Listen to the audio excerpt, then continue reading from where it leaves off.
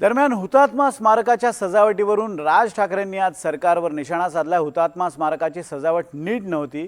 वरती बसलेले वरिष्ठ ज्या राज्यातून येत आहेत त्या राज्याच्या मनात मुंबईसह संयुक्त महाराष्ट्र झाला याची सल आहे का असा सवालही त्यांनी उपस्थित केलाय।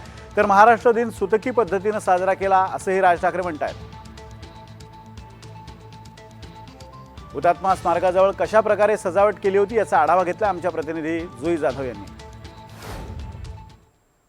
आज 1 मे महाराष्ट्र दिन, ज्या हुतात्म्यांनी संयुक्त महाराष्ट्रासाठी बलिदान दिलं त्याच हुतात्मा चौकावर मी सध्या उभी आहे। खरं तर दरवर्षी सरकारकडून मुंबई महानगरपालिकेकडून इथे तयारी केली जाते। हुतात्मा चौकात अनेक जण येतात इथे अभिवादन करण्यासाठी। राज्य सरकारकडूनही मुख्यमंत्री उपमुख्यमंत्री इथे येतात अभिवादन करण्यासाठी।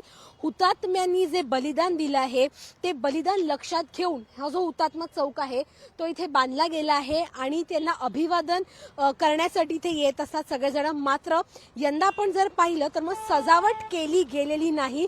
दरवर्षी इथे सजावट केली जाते, फुलांच्या माळा लावल्या जातात, मात्र यंदा सरकारला याचा विसर पडलाय का असा सवाल उपस्थित केला जात आहे। स्वतः मनसे अध्यक्ष राज ठाकरे यांनी एक्स पोस्ट करत ही जी खंत आहे ती व्यक्त केली आहे की आज या ज्यांनी बलिदान दिलं आहे त्यांना अभिवादन करण्याचा दिवस आहे। मात्र असं असताना इथे कुठलीही सजावट केली गेली नाहीये, केवळ औपचारिकता म्हणून इथे येऊन पुष्पगुच्छ अर्पण केले गेले आहेत का असा सवाल खरं तर राज ठाकरेंनी आपल्या या एक्स पोस्टमध्ये उपस्थित केला आहे।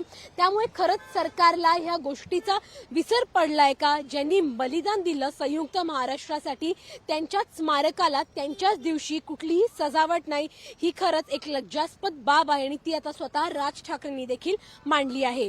व्हिडिओ जर्नलिस्ट शुभम सह जुई जाधव, NDTV मराठी, मुंबई।